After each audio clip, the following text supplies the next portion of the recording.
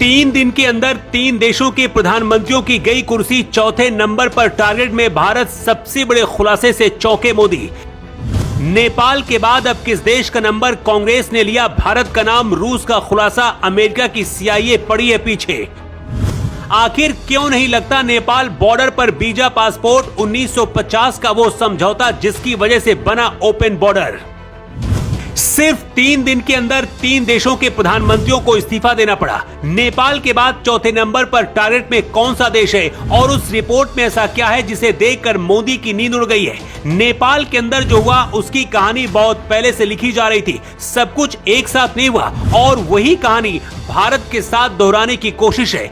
भारत पर संकट आता देखकर रूस ने खुलासा करते हुए भारत को एक बड़ा सबूत दिया है और यह भी बता दिया है कि आखिर भारत का दुश्मन देश कौन है जिसके टारगेट पर मोदी हैं। लेकिन पहले आपको बताते हैं कि आखिर सिर्फ 3 दिन के अंदर ही कैसे 3 देशों की सरकार एक साथ गिर गई और 3 प्रधानमंत्रियों को अपनी कुर्सी छोड़नी पड़ी।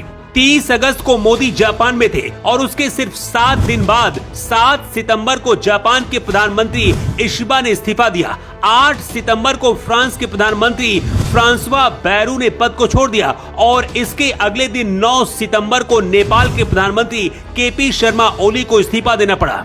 जापान में भी प्रधानमंत्री इशिबा को कुर्सी से हटाने के लिए आंदोलन चलाया जा रहा था। फ्रांस में भी देश के ऊपर बढ़ते घाटे को लेकर गुस्सा था और नेपाल में जेनजी आंदोलन ऐसा उठा कि प्रधानमंत्री ओली को देश छोड़कर भागना पड़ा। ओली सेना की सुरक्षा में है या फिर देश छोड़कर भाग चुके, इसकी आधिकारिक पुष्टि अभी नहीं हुई, लेकिन नेपाल का उठा धुआं अब भारत तक पहुंच चुका है।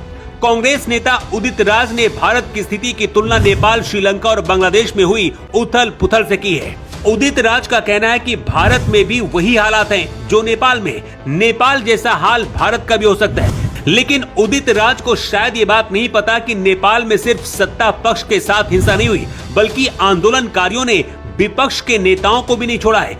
उदित राज को शायद ये भी नहीं पता कि जेनजी में सबसे ज्यादा गुस्सा परिवारवाद की राजनीति के खिलाफ है और सबसे ज्यादा परिवारवाद इंडिया गठबंधन में है। 3 देशों के बाद क्या अगला नंबर भारत का है? ऐसा खुलासा हुआ है जिसके बाद आप भी चौंक जाएंगे।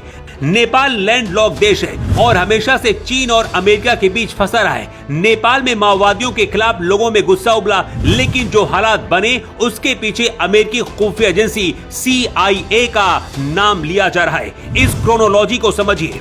भारत अमेरिका की दुश्मनी के बाद फ्रांस भारत के साथ खड़ा दिख रहा था। जापान खुलकर भारत का समर्थन किया और मोदी खुद जापान जाकर कई डीले की। इधर नेपाल में चीन का दखल बढ़ रहा था। इधर मोदी ने भी ट्रंप को झटका देकर बता दिया कि भारत अब अमेरिका नहीं बल्कि अपनी रणनीति पर काम करेगा। 3 दिन में 3 देशों के प्रधानमंत्रियों का इस्तीफे के पीछे CIA का हाथ बताया जा रहा है और चौथे नंबर पर टारगेट पर भारत है और अमेरिका की टूलकिट विपक्षी दल बनते जा रहे हैं। बताया जा रहा है कि रूस ने इस बारे में भारत को आगाह किया है और मोदी को तैयार रहने के लिए कहा है कि CIA कोई बड़ी प्लानिंग भारत में कर रही है। वैसे बाकी देशों की तुलना भारत से नहीं की जा सकती क्योंकि भारत में ये सब कुछ करना आसान नहीं होगा, लेकिन इसके बाद भी भारत की खुफिया एजेंसी रॉ और NSA अजीत डोभाल 18-18 घंटे काम कर रहे हैं। भारत में सबसे बड़ा खतरा नेपाल से ही रहता है क्योंकि नेपाल के बॉर्डर से सबसे ज्यादा घुसपैठ होती है और इसकी वजह है यहाँ बॉर्डर पर वीजा और पासपोर्ट नहीं लगता।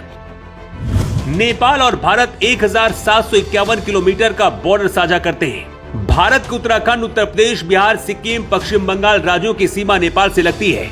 इसके अलावा दोनों देशों के बीच व्यापार भी होता है और एक दूसरे देशों में जाने के लिए यहाँ के नागरिकों को वीजा नहीं दिखाना पड़ता। साल 1950 में शांति मैत्री संधि में ये तय हुआ था। इस समझौते के अनुसार नेपाल जब भी भारत के अलावा किसी अन्य देश से हथियार आयात करेगा तो उसे भारत से परामर्श करना होगा। ये संधि दोनों देशों को एक दूसरे के प्रति राष्ट्रीय व्यवहार का अधिकार देती है। हालांकि इस संधि पर कई बार सवाल भी उठते रहे। नेपाल के अंदर भी इसका कई बार विरोध हुआ, लेकिन नेपाल लैंडलॉक देश होने की वजह से नेपाल भारत और चीन जैसे देशों पर ही आश्रित है और इसी व्यापार को बनाए रखने के लिए भारत नेपाल बॉर्डर पर वीजा पासपोर्ट नहीं लगाया जाता। लेकिन ये बॉर्डर भारत के लिए हमेशा घुसपैठ का बड़ा जरिया रहा है। नेपाल की तरह भारत में जो माहौल तैयार किया जा रहा है, क्या वो ठीक है? और अगर भारत को टारगेट किया जाता है तो क्या ये सही होगा? अपनी राय आप जरूर दें।